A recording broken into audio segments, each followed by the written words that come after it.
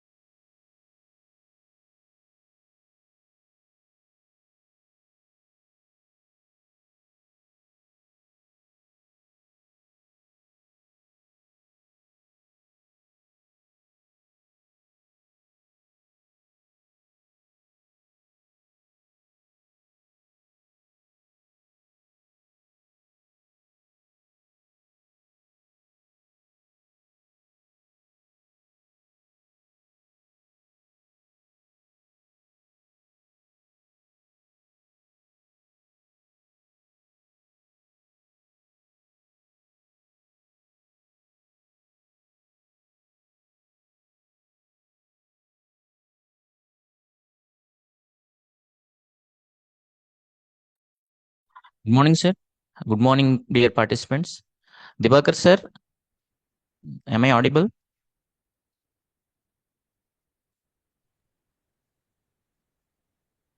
Yes, sir. Dibakar, sir. Javakar.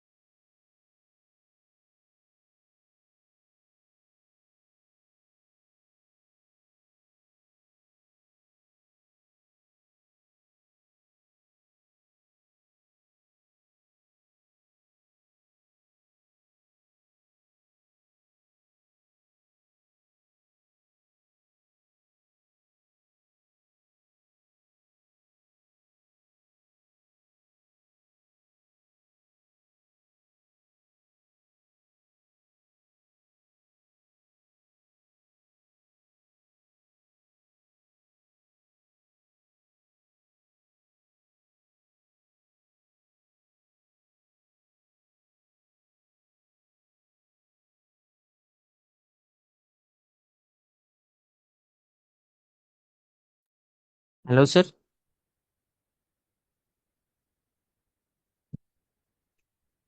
Diwakar, sir.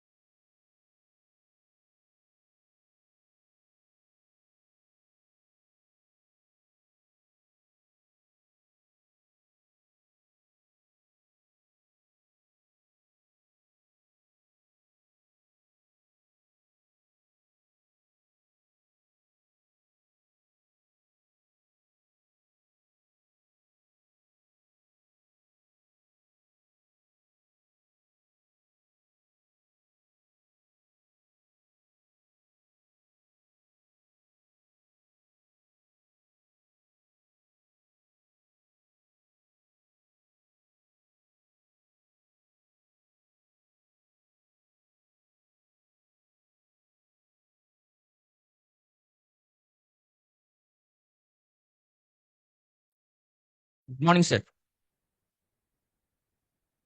Sir, you are not audible.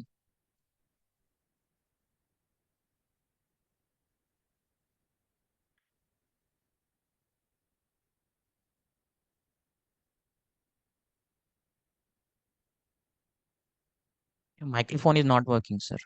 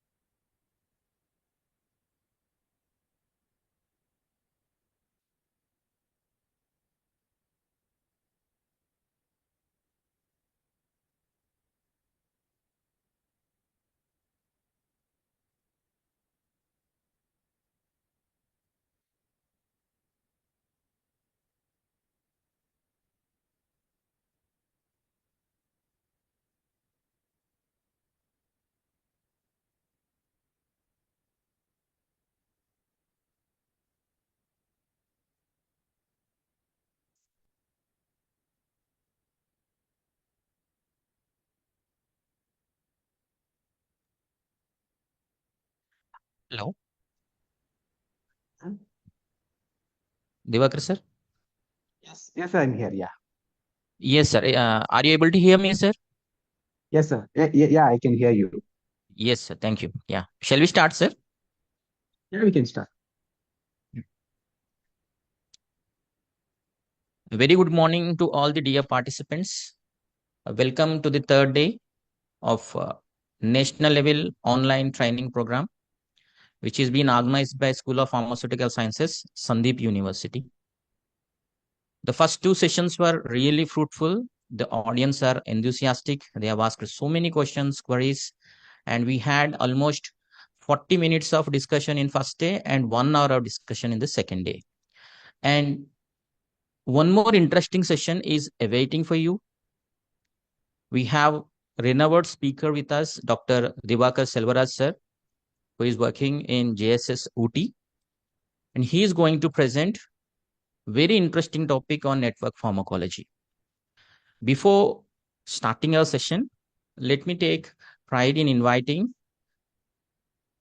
our faculty member, Abhishek sir, Department of Quality Assurance, to kindly introduce today's guest.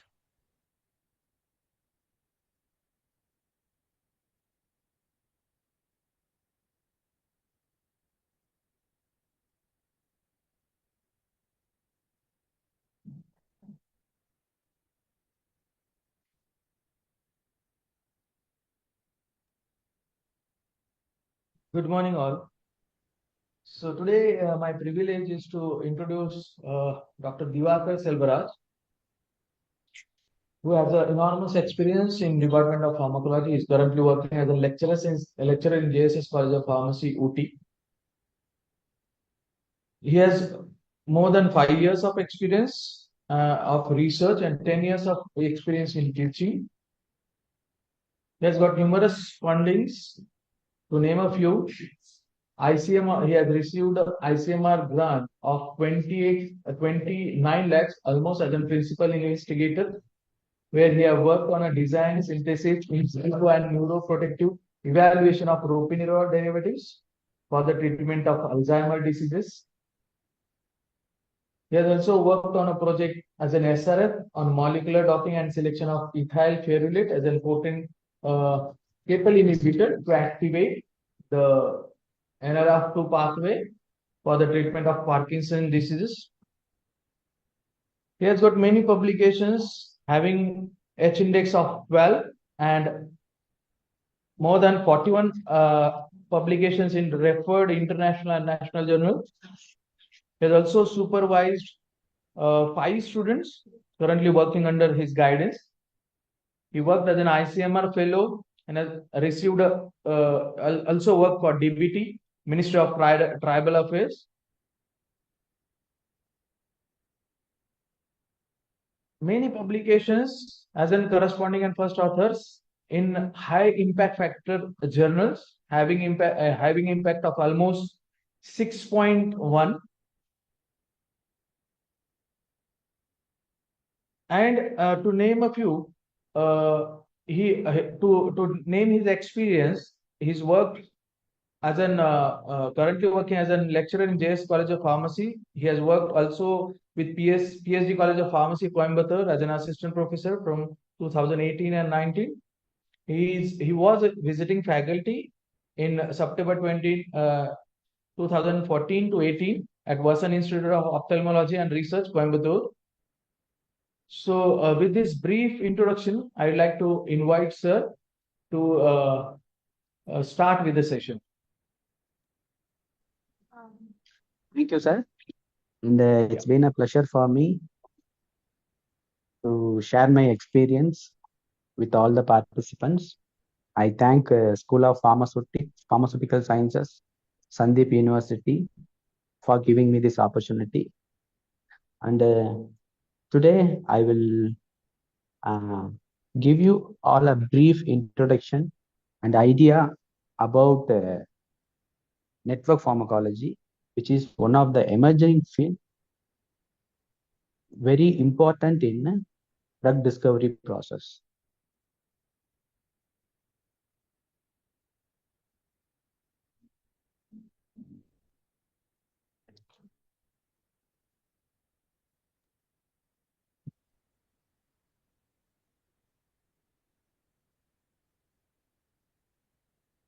So I will switch off my video for better clarity.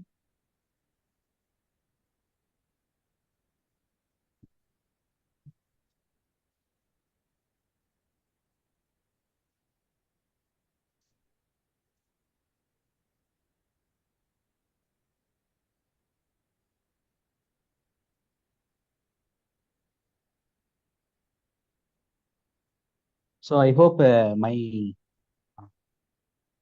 my page is visible to everyone. It's visible, sir. If it is possible, can you maximize it, sir? Can you full screen it? Okay. Yes, sir. Perfect. Thank you. So this session is all about network pharmacology, its basics, methods, and applications in drug discovery. And network pharmacology has a variety of uses. Okay? But in this session, we will stick to how network pharmacology is used in especially drug discovery process, which is more useful as a pharmacologist and medicinal chemistry.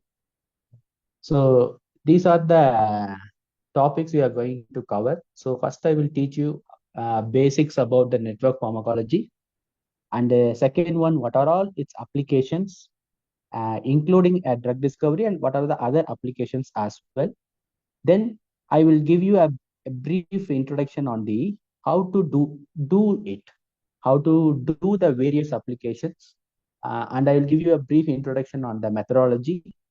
And methodology, I can't explain it completely here, but I will give you some few papers of mine which you can go through it, where the methodology for each and every application is explained very nicely. You can use that.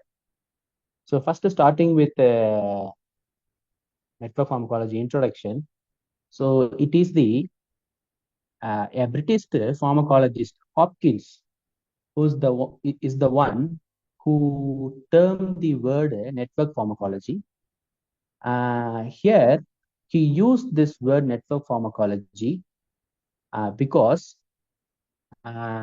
he thought that once a single drug may affect multiple targets to bring out the therapeutic response.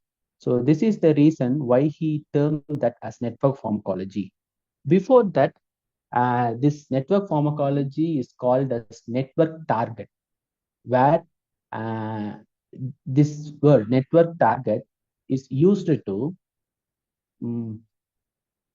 mention the drugs which have multiple targets. And from that network target, network pharmacology have emerged.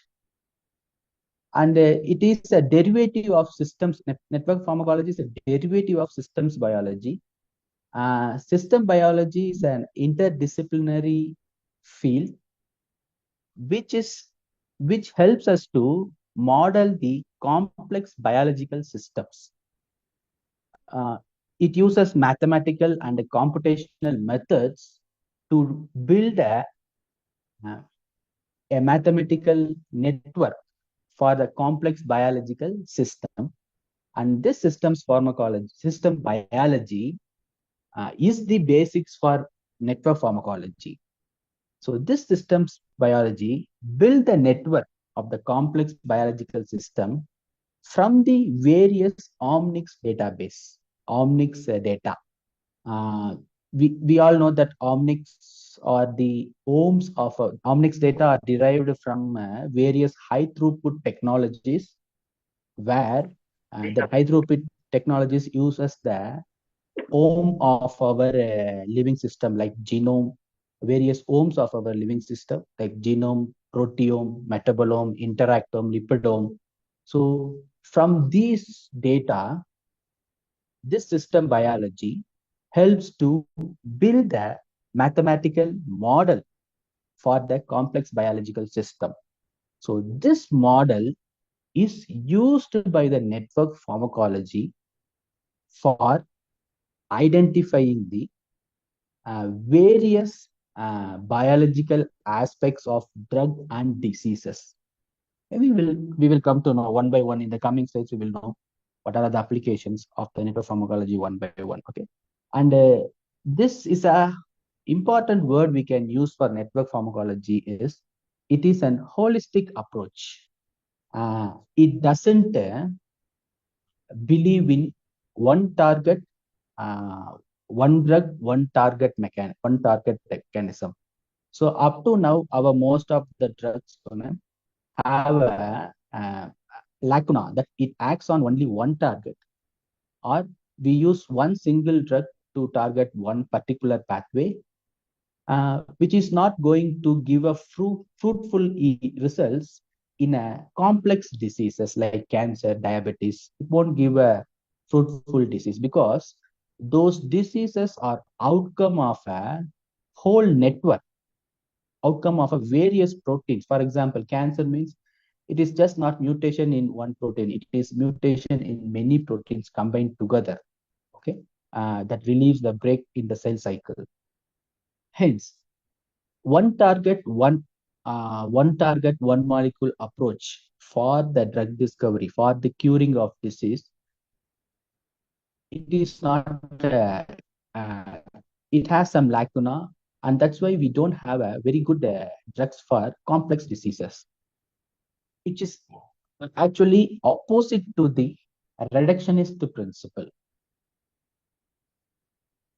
So this is the network pharmacology. So network pharmacology is derived from systems biology. It uses the mathematical model created by the system biology for the application of drug-related process and disease progression. So here, this network pharmacology is an interdisciplinary field. It uses data from 4 different branches. One is pharmacology, one is bioinformatics, and another one is systems biology. And you need to create a model for it, including all these 3 systems. For that, we require network analysis. And generally, network pharmacology implies graph theory to calculate the data, to form a network, okay, for our interpretation using this network analysis, which we call it as graph theory. This network pharmacology has 2 important concepts. One is disease mechanisms are best targeted by multiple drugs that work together. This is one of the important concepts. Second one is effective drugs may work on multiple targets instead of one. So these 2 are very important concepts of pharmacology. Hence, since it doesn't see the biological system as one single, it sees the biological system as one single entity. That means if you take a cell, it merges all the pathway in the cells to perform the basic biological activity. Hence, it doesn't consider, it doesn't take apart. It actually it doesn't take apart the mechanisms which are happening in the cells. It helps to piece together, and it brings the whole mechanism as one system. So this is since it is whole lots of ways are involved here in a cell, and it sees, network pharmacology sees as that whole pathway as one entity.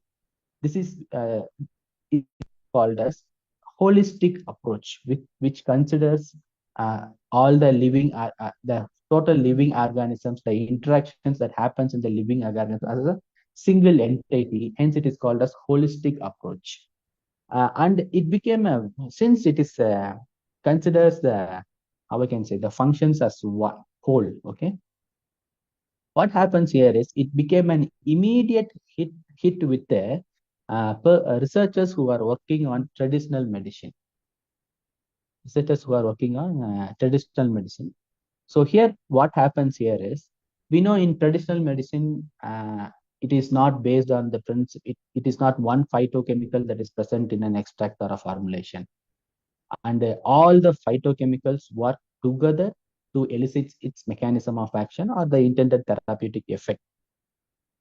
Since this traditional medicine, there are various phytochemicals are there, it is very difficult to summarize the overall mechanism of action.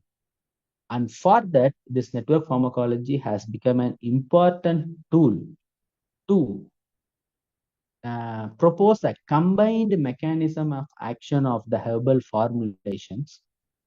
It also helps to give an evidence to the effect, through miming the various databases which we use in network pharmacology.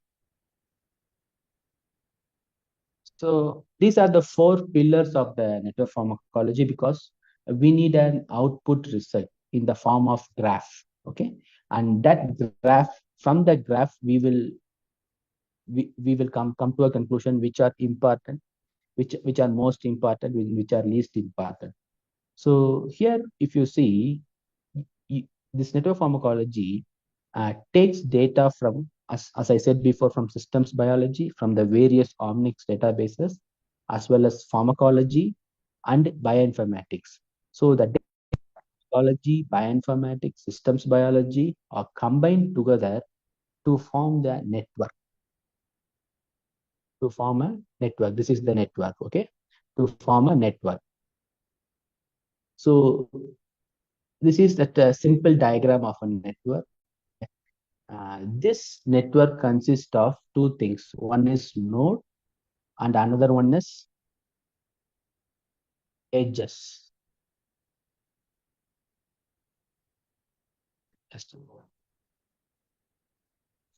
One is node and another one is the connection between the 2 nodes is called as edges. So these nodes would be the biological entities like our drug, our gene, or the protein. And this edges represents what type of interaction between the edges. It could be an inhibitory connection, or it could be a stimulatory connection, or it could be just a chaperone protein, or it could be a flow of information from one node to another. There are there could be a various association between a 2 protein, 2 gene, or between a drug and a protein. So this edge represents the association between the 2 nodes. Okay, so this node is a biological entity. So once again, I will repeat this because it is very important. The network pharmacology, it's a data. All are data driven science. Okay, it's a data. We get it from 3 important fields. One is system biology, second one is pharmacology, and bioinformatics. So these 3 systems combine us to give a network. It could be a drug protein network, or a protein network, or a disease gene network, any one of it. Okay, with the help of network analysis, which in that network analysis we call this as graph theory. Okay. So final output will be like this. So you have a network with node and edges. So the nodes are the one which are the biological entities. It will be our drug, it will be our gene, or it could be our protein. And edges will be there. So edges represents the connection between the nodes. So these nodes have these edges with the connection between the nodes, and it indicates if experimental evidence are there, if a computational interpretation is done, then it can give us what type of connection between the nodes. So in a graph, okay, in a network, you will get an output like this one, This is called as network, and from this network, we can identify which are important nodes, which are prominent nodes. Then our research will be based on those prominent nodes. I'll explain it further now. And another one important thing is, I have said before, the omics data, okay, from the various omes in our genome, proteome, metabolome, lipidome, or interactome. So we have several databases for these omes. The databases are created through some high throughput technology. For example, there will be a database for a biological pathway. where it says how the proteins, how the genes are expressed. And there will be another database where what are the genes were altered in the diseased environment. Okay, so with these, from these databases, okay, it will take the results and integrate it, and it will give us the interactome diagram, which we call it as network. So that's it. Next is also, these are the, as I told you, the omics approach. We have genomics, proteomics, and the metabolomics. The data will be taken from here for the construction of the network. Now, once a network is constructed, it is very important for us to identify which is important prominent node among the network. So for that, we will use centrality measure. We will measure centrality measures, okay? And we have three centrality measure. Important ones are, many are there. Generally, I will use three. One is degree centrality. Second one is betweenness centrality. Third one is closeness centrality. So what is meant by degree centrality is, in a, for example, this is the network we have got. This is the network we have got. In the network, we have, you can see here, we can, 4 clusters are, sub-clusters are that. Here you can see 1, 2, we have a small cluster 3 and 4. Okay. So if you see here, in that cluster, which node is having the highest connection? That we call it as degree centrality. So you can see here, this one is having the highest connection with other nodes. Similarly, this here has the highest connection with the other nodes. So these are called as degree centrality. Just a minute, I'll charge my laptop.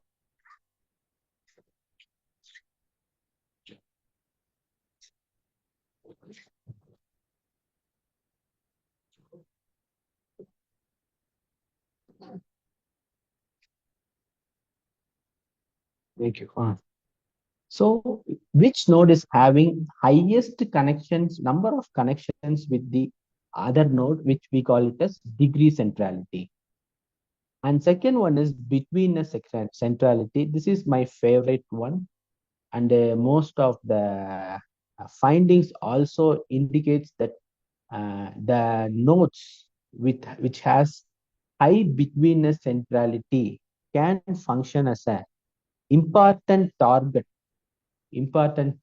for drugs. So what is meant by betweenness centrality means they are placed in such a way that, okay, they are placed in such a way that, so this is the one example for betweenness centrality, a node which has high betweenness centrality. If you see here, this betweenness centrality, this node helps in the flow of information for 3 subclusters, 1, 2, and 3. You have 4 subclusters in the network. In that, you can see 1, 2, 3, these 3 subclusters, 1, 2, and 3. The flow of information is dependent on the betweenness centrality. So now, you think, for example, if in a cancer, okay, if this pathway is having, making the cells to grow, it contributes to the cancer proliferation to a high degree, then if you inhibit this protein, so node means it will be a protein or gene, okay, then if you inhibit this node, then you can possibly can inhibit the whole pathway. That's why this betweenness centrality becomes a very important in as a drug target. So this betweenness centrality means nodes bridging different network clusters. So this high degree of connections is called as hubs generally, and betweenness centrality, here the information flows through this node. Hence we call it as bottlenecks. Then you have closeness centrality. So this is one example for closeness centrality, this node, because it has the shortest path with the other node. It has the shortest path with the other node. Now these are all mathematics. How we can relate this to biology? So in biology, for example, if this is a network constructed for a disease, just it's a just imagine that this is a network, okay, constructed for a disease. And if you want to target the gene or protein which has high degree with, so if you target this protein using a drug, using a small molecule, what happens here is this small molecule, if you inhibit or stimulate this biological entity, what happens is imme- immediately the node, the information from this node, uh, which uh, the information from this node, okay, is transmitted to the nodes which are directly connected to it, okay. In between a centrality, this between a centrality functions as the flow of information. So if you inhibit this gene or protein, okay, or if you stimulate this gene or protein, the information is transported throughout the network. That is why it is very important as a target.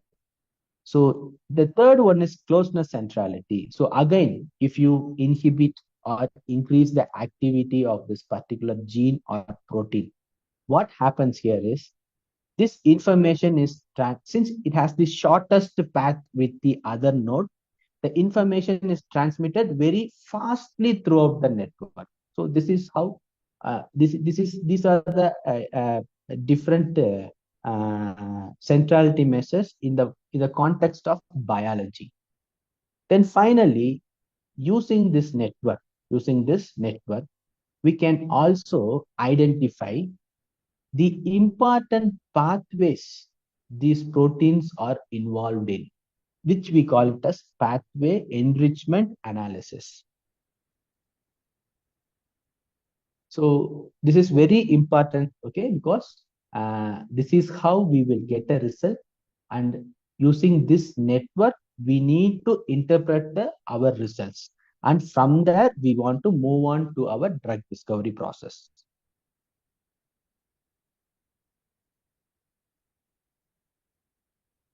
So I'm coming to the applications of this network pharmacology. You can see it's highly interrelated. It is highly interrelated. Okay. So the application is initially it was a very, as I told you before, it was a very hit among the traditional researchers from traditional medicine, because it helps to summarize the mechanism of the whole formulations, okay. But gradually it has evolved, and it has many applications now. See, one important thing is drug discovery and development, in that it helps to identify the target of the drug, okay, as well as the important target in a disease. So in target identification, it has two important use. One is it helps to identify the targets of a drug, not one single target, targets of a drug or the network of targets of a drug. Plus, it also helps to identify the important important gene or protein which are responsible for the disease progression. Then it will help us to identify the pathways which are altered in the disease mechanism. So which pathway is altered, and why, and how, what are all the proteins involved in that. So which is overexpressed, which is not overexpressed, which pathway is overrepresented in the disease. All those things we can identify using disease mechanism elucidation. Then, as usual, pharmacology, that is the multi-target approach. Okay, a drug will act on multiple targets. Then you have drug repositioning. It's a very useful to network pharmacology. It's a very useful tool for drug repositioning. From our own laboratory, using network pharmacology, we have repositioned 2 drugs, and we have published those results also. In the coming slides, I will explain to you how we have done it. Then, in the traditional medicine, it helps to validate the biological effect of the herbal formulations. It helps to identify the therapeutic use as well as mechanism of action. So these are uh, primary, how we can say, uh, applications of network pharmacology. Apart from that, it can also helpful in pharmacogenomics. It helps to uh, personalize it helps to derive a personalized medicine. But this pharmacogenomics and personalized medicine, we are not going to cover in this session. Okay, you can look through journals. Okay, as well as you can, if you are interested in personalized medicine, you can also individually contact me. I can help you with that.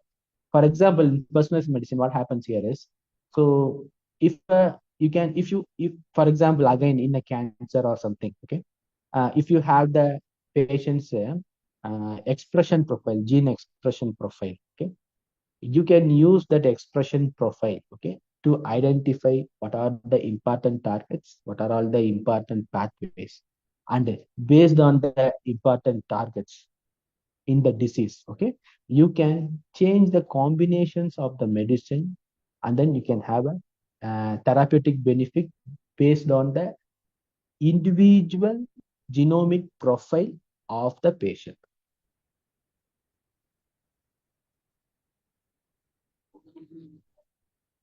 So what are the applications today in this we are going to see is, we are going to see how how to elucidate the mechanism of action, how to validate the therapeutic efficacy using in the traditional medicine, okay, using network pharmacology. Then how we can do a drug combination optimization, okay, identify a new drug combination for a disease, and predicting side effects and toxicity, target identification for disease as well as the drug, how to do a drug repositioning, then how understand the disease mechanisms, understand the disease mechanism.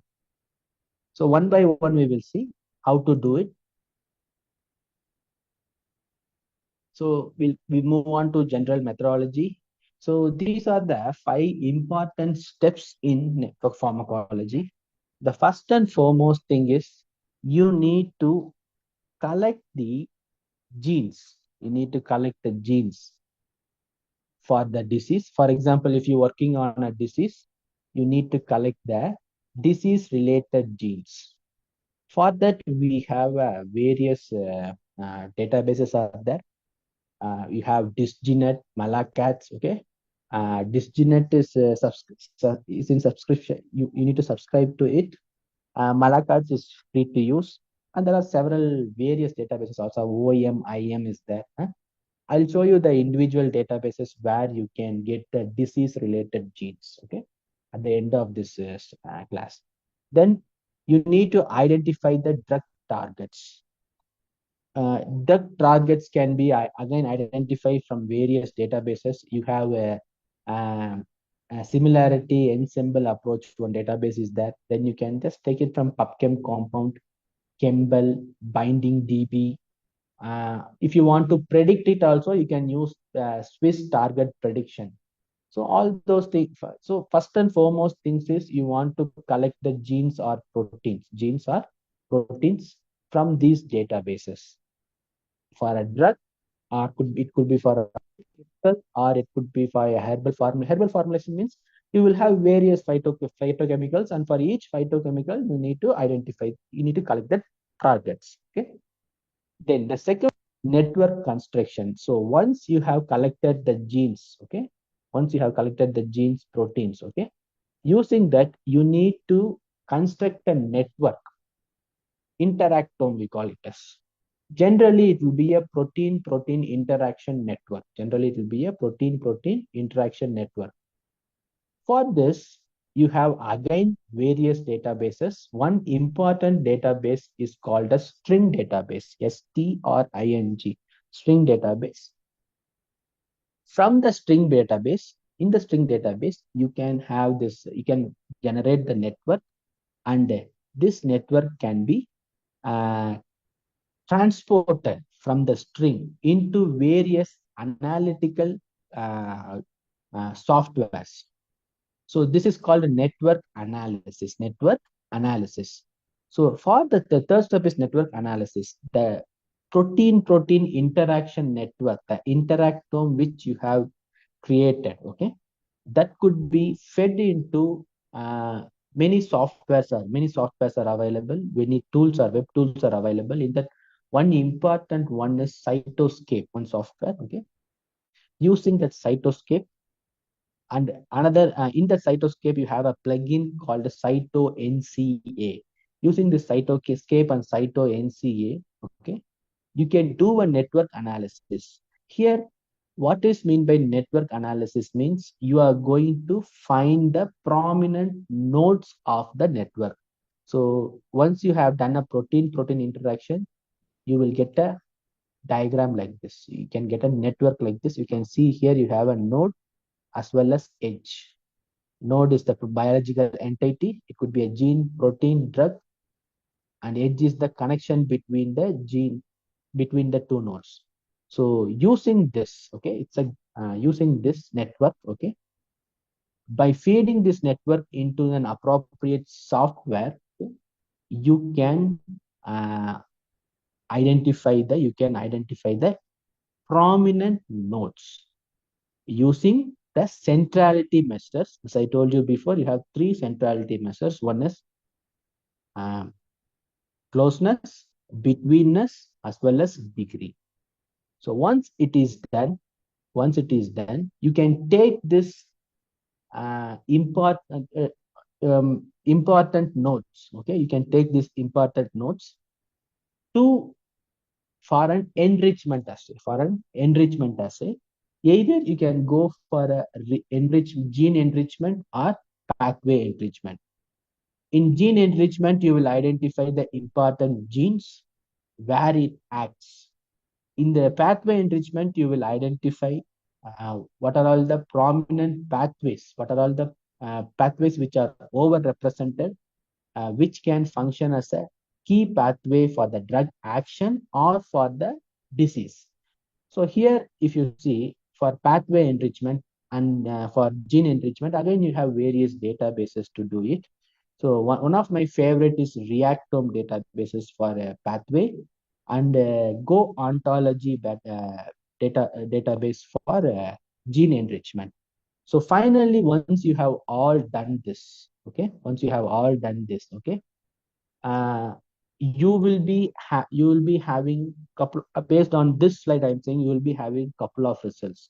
One is an important target in the disease, or two or three targets in the disease, and an important targets of a drug. So the final thing is you need to validate your predicted findings. You need to validate your predicted findings using suitable in vitro, in vivo experiments. For example, okay, if you find that this protein is important in the development of this disease, then you can do a knockout study, or you can silence the protein using an siRNA, and then you need to measure the response, whether the disease is progressing or not. And if you find one compound which can act on multiple targets, so you need to do proper enzyme inhibition assay or proper in vitro assay, in situ, in vitro assay, and then you need to prove it whether it really acting or not. So the validation part is very, very important. I hope you can understand from the first set to fifth set. So first set is data collection. You are going to collect the genes that are responsible. Either you are going to collect the genes that are responsible for that disease. You are going to collect the genes, proteins that are going to act as a target for the drug. Okay. Second one is using that collected genes, you are going to build a network using a database called string. From the string, okay, you can export that data to various softwares and web tools are available. One of my favorite is Cytoscape.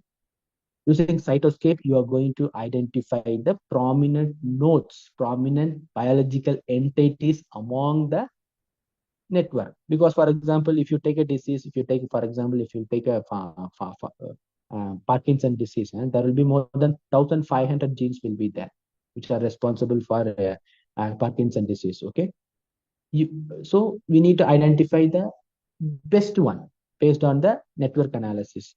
So how we will identify the best one? We will use the we will make a do a centrality measure, and during this using the centrality measures we will find out the prominent nodes. So the three centrality measures which we use is one is closeness, betweenness, and a degree. So once we found out the topmost uh, topmost prominent biological entity, using that we will do a pathway as well as gene enrichment, and finally we need to do a validation study to prove it. So without validation study, all these first four steps will become you can't prove it. The results actually may be there or may not be there. That can be only done using a proved using a validation study. So one by one, we will do how now. This is the general flow how to do a network pharmacology. Now we will do one by one. We will take. We have seen 6 applications in drug discovery process. For each applications, I will tell you how you can do it. So overview of task and networks in network, traditional medicine validation. Here for identifying the mechanism of action of a traditional medicine, you can use this method. So what you can do here is first you can you will have an evidence already. You will have an evidence that this formulation or this plant is it is used for this disease in our traditional medicine. So here what you can do is, for example, if you have a disease X, okay, disease X and a plant Y or a formulation Y. So for this disease X, you can take the genes which are responsible for the progression of the disease, from various database. You can say, as I said, Disgenet, Malacats, OMMM you can use, okay? And you can, using various databases, you can various, how I can say, databases for plant phytochemicals. You can first you need to find out the phytochemicals that are present in the plant. For that, you can use the database called IMPAT, IMPPAT. Okay, generally I use it. And for the phytochemicals, you have variety of phytochemicals. For example, at least if you take a plant, the prominent at least 20 to 25 prominent phytochemicals will be there that you need to identify using a literature survey. So once you selected the phytochemicals, then for each phytochemical, you need to identify the target. You need to identify the biological target. For that, you can use many websites, many databases are there. My favorite is Similarity Ensemble Approach, okay, SEA. This is one of the website I will use.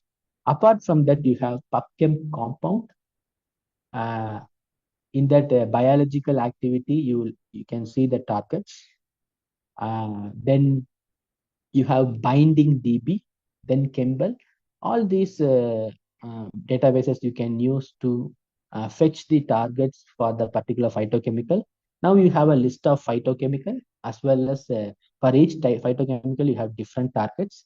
Then you just pull the targets together, and then you have a genes, as well as here you will have the genes of the protein targets.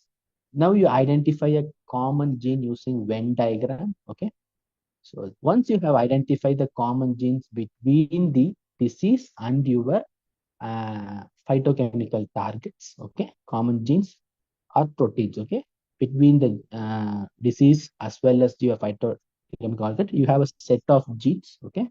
Using that set of genes, you can create a network using string, the same workflow. You can create a network using string, and that string, okay, that the network created using the protein-protein interaction which have created using the string, then you can feed that data into cytoscape, and using cyto-NCA plugin in the cytoscape, okay, you can rank the prominent nodes using our centrality measures. Now you will have a idea about what are all the major targets these phytochemicals act on, okay. Second one is, with the same common genes, with the same, how we can say, common genes between the phytochemical, between the herbal formulation and the disease, you can identify which pathway it works on, and you can also do a gene enrichment study. Again, it helps to identify the uh, genes which are overrepresented. Okay. Pathway enrichment also same. It identifies the pathways which are overrepresented.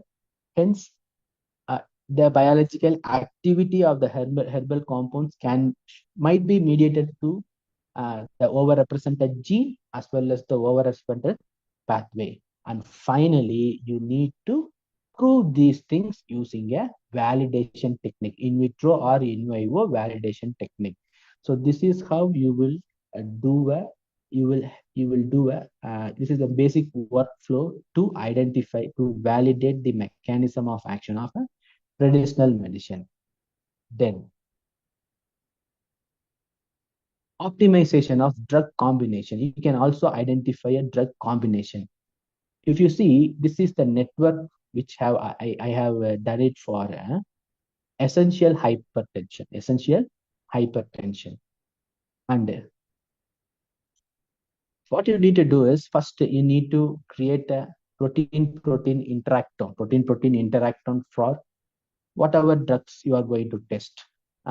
It could be a full FDA approved drugs. Okay, so drug A, drug B, and the interactome, the genes responsible for the disease. So now you are created a, for here I am saying about 3 examples, but you can use how many drugs you want. Okay, so drug A, you are going to create a protein-protein interactome. Then for drug B, you can create a protein-protein interactome. For disease, again, you are going to create a disease gene interactome. So this is the interactome of the disease. Now you will have an individual interactome for drug A and drug B. So when you superimpose this the interactome of drug A and drug B, you can see here drug A, can see here it acts on this TLR4 pathway, interleukin inflammation pathway. And then you can see here, and for example, if another drug acts on this network, okay, this subcluster, okay, which is based on angiotensin, which is a very common thing in, which is a common target that the drugs will target in the the drugs which target this angiotensin in the for the treatment of hypertension. But here you can see, for hypertension, it is also mentioning this inflammatory pathway is also essential.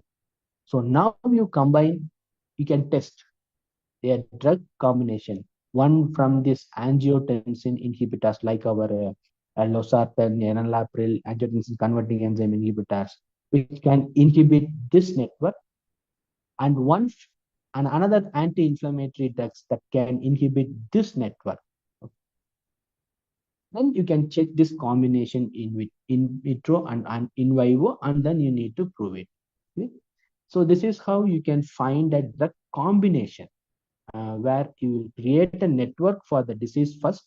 Okay, then you will create a network for individual drugs, and you will try to superimpose the network of the individual drugs with the disease, and which is having the most matching one among the within the disease network, you can try these combinations. Okay. And the third one is prediction of adverse effects. Effects. Again, if you can take a drug, okay, you need to create a protein-protein protein-protein interaction network for the drug, and you need to check. Okay, you need to check whether here you are not going to use any diseases. Okay, you are just going to take all the proteins which are found to interact with the drug. Then you are going to again you are going to build a network. Okay, from the network you need to do a target analysis. So the first step is you are going to choose the drug of interest which you are going to work. Okay, then you need to build a protein-protein interactions. Okay, this protein-protein interaction should be built for all the targets which have proven to interact with the drug. Okay, then you need to do the target analysis. In the target analysis, if you find proteins which are involved in multiple pathways, which we call it as hub protein, which has lots of connection with other nodes, then if you find a protein, okay, in the target analysis, if you find a protein that are bottlenecks, that is very, very important in the flow of information for various other biological pathways, then those drugs are bound to produce toxicity. Since you can avoid the drug at the initial stage itself, or you can predict the adverse effects of the drugs. Second one is again pathway enrichment analysis. So here again using this uh, genes which were collected for the targets which were collected for the drugs, okay, can be fed into a pathway, and then we can pathway enrichment analysis tool, and using that we can identify whether the drug is going to affect any important biological pathway. If it does, then again the drug may produce some serious adverse effects or toxicity. So these are the things how we can use prediction of adverse effects. But prediction of adverse effect with network pharmacology is still in very early stage. Okay, if you have a novel drug for the prediction of adverse effects, there are whole lots of online tools are available. Okay, ADME property prediction tools are available. You can use that. Then the fourth one is a target pathway identification. As I told you before, two targets you can identify. One essential for drug targets, and another one is for disease targets. So for a drug, how we can identify the drug target means, as we have, it is similar to what we have discussed in phytochemical, but in in herbal formulations, in herbal formulations we have lots of phytochemical, and for each phytochemical we need to find out the uh, target. For each phytochemical we need to find out the target, but here you will have maybe one phytochemical or just one drug. Okay, so for that drug alone you need to comprehensively find the target. You need to find the target using several databases, as I said you before, PubChem compound. If you want to predict it, you can use Swiss ADME and then similarity ensemble, Swiss target prediction and similarity ensemble approach. And similarly, the disease interest, the disease genes should be collected from either DisGenet, Malacats. Then you need to find the common genes using a Venn diagram. So from that common gene, you can build a protein-protein interaction network. Again, this network can be fed into cytoscape to identify the prominent nodes. Those prominent nodes are your drug targets. Second one is you can also identify the pathway using this. For that, this common genes, the list of common genes can be fed into a pathway enrichment analysis tool. The most famous is Reactome. I will use Reactome. KEGG also you can use. From that, it will give you the results for the results of the pathway in which the genes are involved. So by analyzing the results, you can also identify which pathway the drug acts on. And finally, again, you can do a gene enrichment to find out the important proteins which are responsible for the drug activity. So through these things, you can identify the targets of the drug, not one single target, targets of the drug. The second one is to identify the disease target. For example, if you have a disease and you need to find a new target to work on, simple. Again, you can collect the genes from the various databases, Distinets and Malakats. And instead of identifying the common gene, you can directly build the protein-protein interactome using string, and you can fed that. You can send the data to the cytoscape using cytoscape as a plugin cyto NCA. You can predict the prominent nodes. So those prominent nodes are your disease targets. Then further, you can validate the disease targets whether it is really important using some biological activity, and then you can prove it. Similarly, the disease genes, you can feed it into a pathway enrichment analysis tool, and then you can use this data to check whether which pathway is overexpressed, which pathway is overexpressed, and you can, so that you can use take that results and you can target that pathway to overcome the disease burden. So drug repositioning, this is one of the highly used method for repositioning the drugs.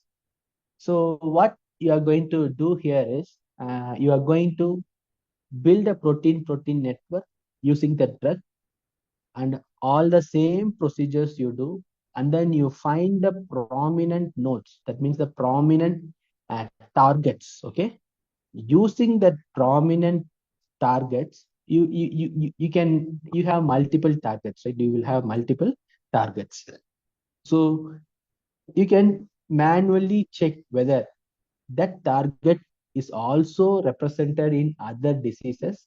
For example, if you have a target X, and if the target X is also involved in other diseases also, then you can test this drug to the in that another disease where this X, the target X is present. This is a very simple technique.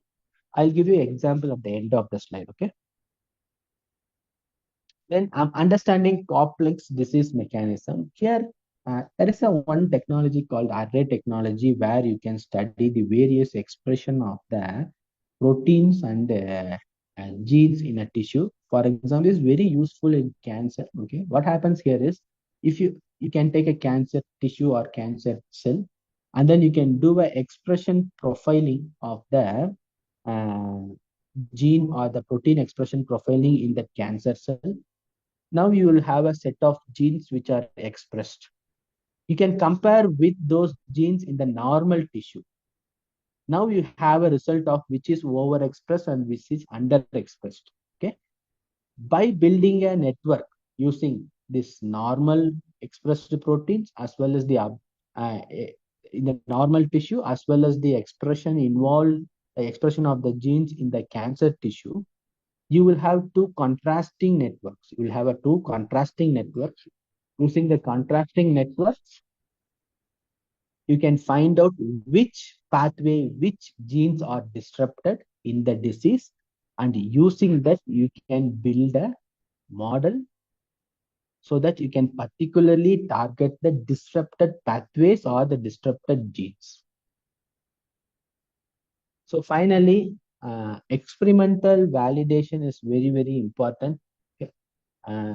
Because even though the data for the network pharmacology is taken from there, how I can say, most of the data are from experimentally validated procedures, especially high throughput technologies.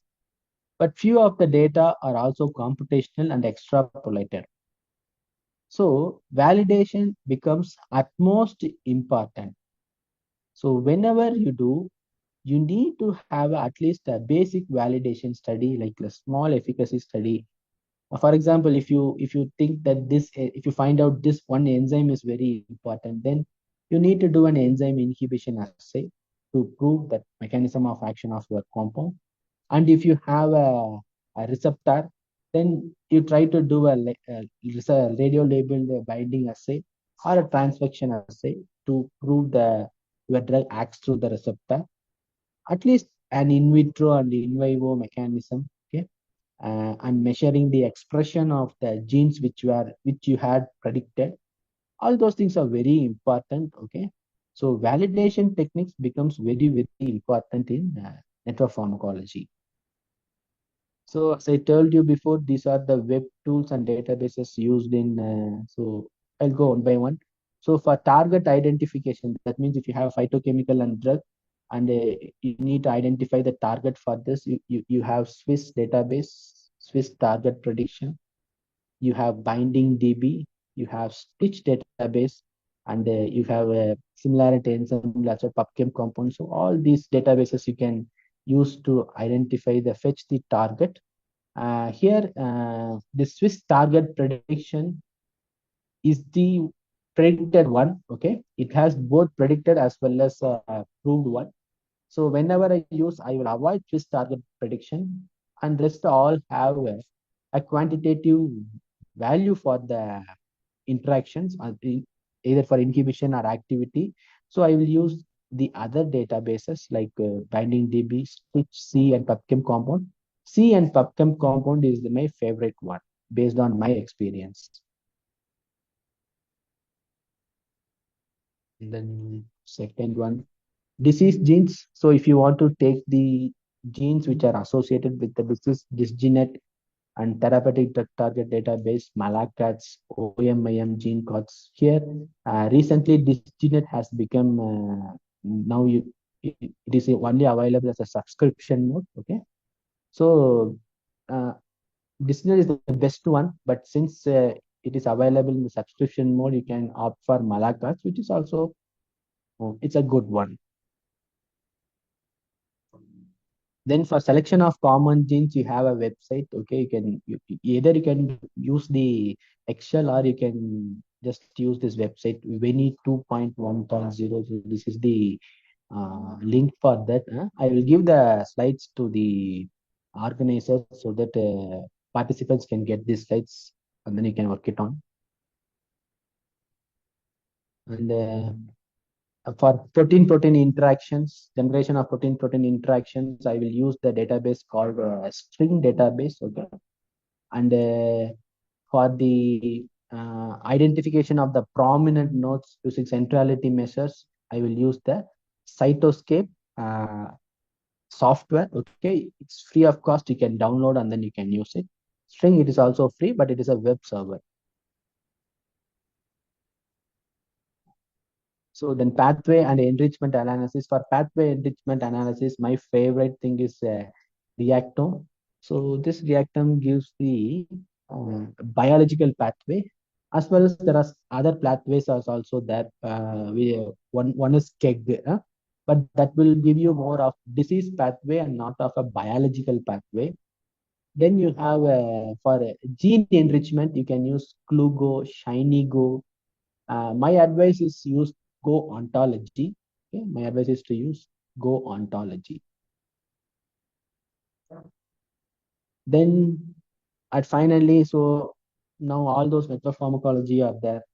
Now, how it helped in the real world. So network pharmacology helped the scientists to identify these two proteins, these two genes or proteins. Okay, as a critical hubs. It's a critical hub for the treatment of cancer. For the treatment of cancer, again in Alzheimer's disease, it helps to identify the critical proteins that are involved in the clearance pathway. the amyloid beta clearance pathway. And in COVID, it helps to identify the two targets, okay, which are vital. We know this two angiotensin 2 and TMPRSS2 are vital targets for interactions with the virus. Okay, so in real world, uh, these are the in real world it helped to identify key targets like EGFR2, HER2 receptors for the treatment of cancer.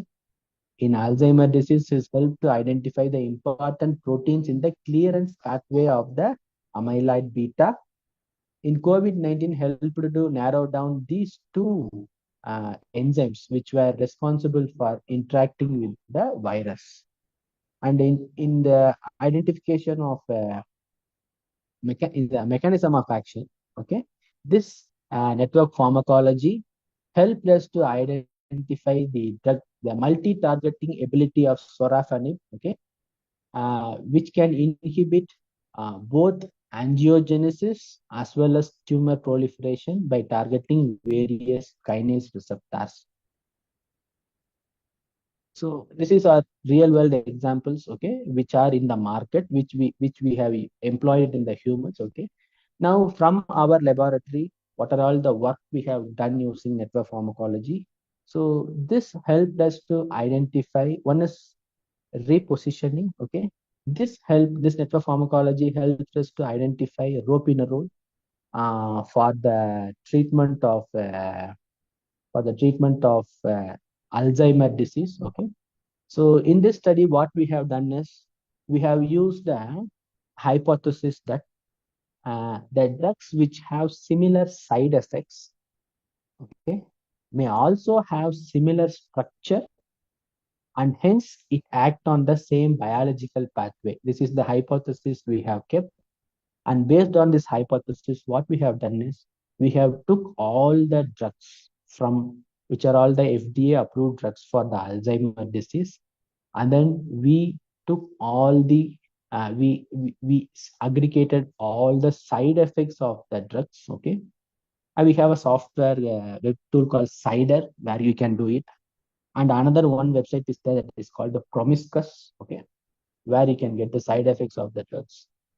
Then we matched that side effects with all the FDA approved drugs. So whichever is having highest matches, okay, we initially done an in silico screening and in vitro screening, and based on that we found that this ropinirole had side effects that matches with the already existing FDA approved drugs. So we thought this ropinirole could act on the same biological pathway like the drugs which have been approved for Alzheimer's disease. And we have done a study with that, and we got a positive results with ropinirole and some of the targets. And using that, we have published a paper, okay, as well as we thought that some of the targets where ropinirole binds has a potential to increase its affinity. Hence, like similar with the same ropinirole, we have made some derivatives, and then again we checked their activity in silico, and we got good results. With that, we applied for an ICMR project, and we have received the grant for the same using this network pharmacology method, which started this work. Then the second study is here. We found that the plumbagine could be used for using literature survey. We have found that plumbagine, a compound, okay, actually it's a toxic compound, could be used in treatment of Parkinson disease. But when we typed plumbagine in the literature, we retrieved around 900 hits. So 900 hits means plumbagine is very highly explored. Now we want to understand what is the mechanism of action in the plumbagine in Parkinson disease. For that, we have used applied network pharmacology, and we found out that these the plumbagine may work on these mechanisms in Parkinson disease. and we tested that tested using some efficacy studies, and we have published that paper in a molecular diversity, which is again a very good journal. Okay, and then another one here. Another one of my students was very interested in working on uterine fibroids, and what we have done is we thought of working we thought of trying a repositioning work. So here what we have done is, first we have studied about uterine fibroids, and then we found that one of the protein called a fibroblast activation protein, which is responsible for the creation of the fibroids, the excess amount of extracellular matrix materials in the uterine fibroid, and we thought to inhibit it. So instead of going for a screening, a molecular docking work, what we have done is we used a database called Stitch database, STITCH, Stitch database, and then we fed the information regarding the fibroblast activation protein, and it has given us several compounds which has possibility of interacting with that. In that, we found this our DPP4 inhibitors, linagliptin, vidagliptin, penagliptin, all are having inhibitory interactions with the FAP. So what we done is we thought to evaluate its mechanism, evaluate it in vitro and in vivo to prove it. Then we have used all telegliptin, vidagliptin, langpin. In that, we found linagliptin has the ability to decrease the uterine fibroid formation. And with that results, we have published one paper in biochemical and biochemical and biophysical research communication. Now, another one example is this one. Here, one of my students was interested in working on metabolic disorders. So what we thought is we can work on type 2 diabetes mellitus. But type 2 diabetes mellitus, if you see again, there are only the targets, the molecular targets for type 2 diabetes are very small. And again, it is PPR, gamma, this sulfonylurea receptors, only few are there. So what we thought is we need to come up with a new target like that we have got. For that, we have identified the target. What are the targets, prominent targets in the type 2 diabetes mellitus using some same network pharmacology. In that, we got one peculiar result, that is androgen receptor. Okay, and we thought of pursuing with androgen receptor, and we found some evidence that testosterone might be very useful in treating type 2 diabetes mellitus among males, and we got the androgen receptor results as one of the important targets. So with this basics, what we have done, we try to identify novel androgen receptor modulators for treating type 2 diabetes. With that, now we have published a couple of papers on hypothesis, and another some research paper are published. And ICMR also granted a fellowship for performing the study. And in conclusion, it is a the dimensions should be changed. Okay, the drug discovery process, the dimension of the drug discovery process should be changed to treat complex diseases. Okay, for example, if it is an anti-inflammatory drug, COX inhibition is sufficient to reduce the pain, but in case of cancers, in case of complex diseases, in case of Alzheimer, in case of many neurodegenerative diseases, where complex mechanisms are involved, you need to change from single to multi-target approach. That is very, very important. So this is the concluding remarks of my presentation. And challenges, these are the challenges. First one is, still we have a limited data, and the data integration and quality, there are not lot of methods are available to validate the results which we get. Okay, so data integrity is very, very important. Data integration as well as the quality integrity of the data is very, very important. and we need to use various methods to predict the accuracy of the data which we will get. Okay. As usual, one of the important problems to address is the complexity of our biological environment. It's very difficult to, how we can say, uh, it's very difficult to piece together the complex nature of the biological activity. And finally, confirmation of the predicted results is ultimately important. Thank you. Thank you, Jackson.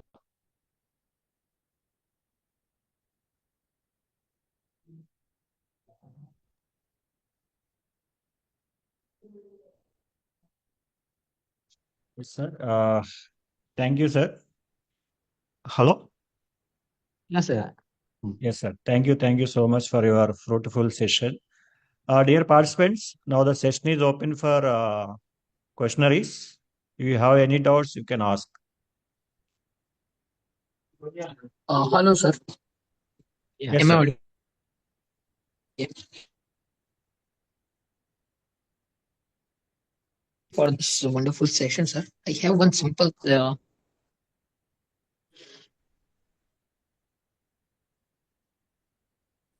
Hello. Hello? Yes. Yeah, you continue. Continue. Hello. Hmm. I can. It's Am I- audible. You can ask. Hello? Hello. Yes, Vijay, sir. You can continue. You can ask the questions. Okay. Thank you. Thank you, sir. Sir, I have a question. You said reactome pathway and cake pathway both are very, and when we prepare a network, right? So in that Yeah.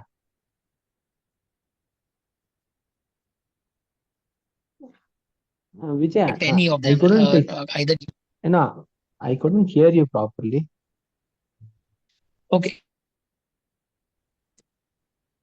Now is it? You can Now am I type. audible? Yes, sir. Yes, Actually, sir. you are. Now you're audible. You can speak now. Yeah. Okay. So what I was saying, there are reactome pathways and there are cake pathways, right? For network preparation, we can use any of them. Okay. Please, But the can you? question, Okay. arises that when we are using cake pathways, right? So it would show more Yeah. than 20, 50. It depends on the number of this proteins we are having in our network. But once again, it will show too many pathways. Now, which pathway we should select and which pathway we should avoid, that would be very important to query sometimes. If you can explain on then at that point something. Actually, each pathway will be ranked on various criteria. One is the p-value of the pathway. Okay. So if we all know that a p-value which is less than 0.05 will be the validated one. So you should select the pathway based on the statistical parameter.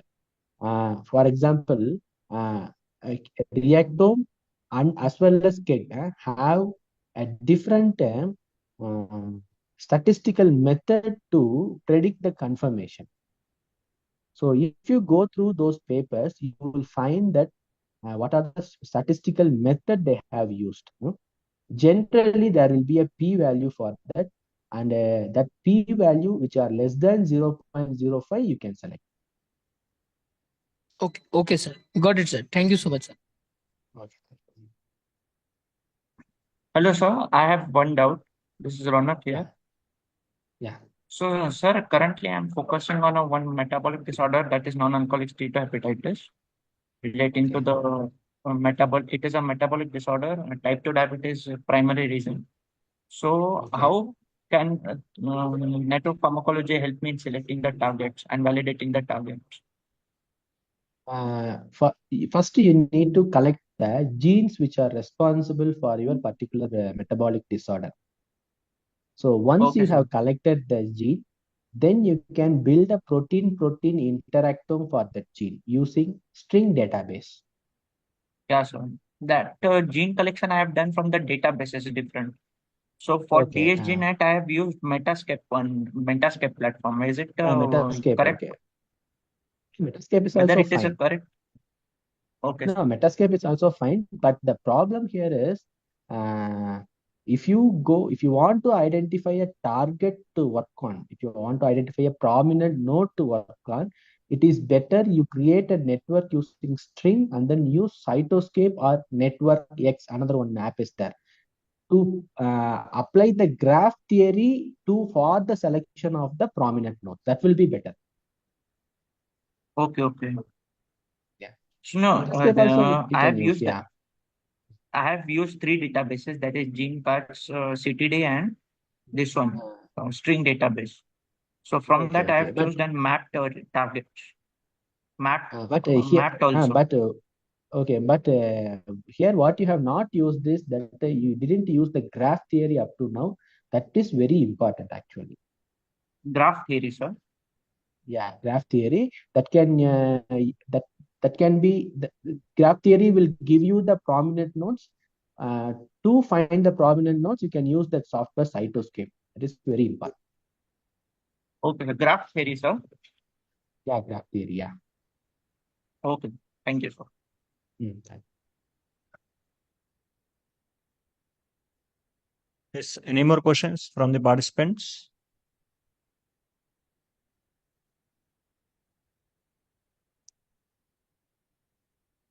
Yes. Thank you, sir. We are concluding the session by the few remarks. Thank you, sir, for your fruitful and wonderful session. You gave the step by step how we will do the network pharmacology and what is the applications of network pharmacology and what you done the research in your lab, like for Parkinson's and uterine fibrinoids. It's a wonderful research work. So, dear Thank you. Thank you. participants, if you want any collaborations or any suggestions from this sir, you can contact with sir. So, sir will always help you without any hesitation. So, thank you, sir, for your acceptance as a resource person for this online training program. So, we hope we will collaborate in future also for the coming events also, sir. Thank you, sir. Thank And you. this is the token Thank you. of appreciation for the certificate. Yes, sir. Thank you, sir. Thank you for your wonderful session. Thank you. Thank you, my dear participants. We will meet you tomorrow at 10:30 with a new session. Thank you.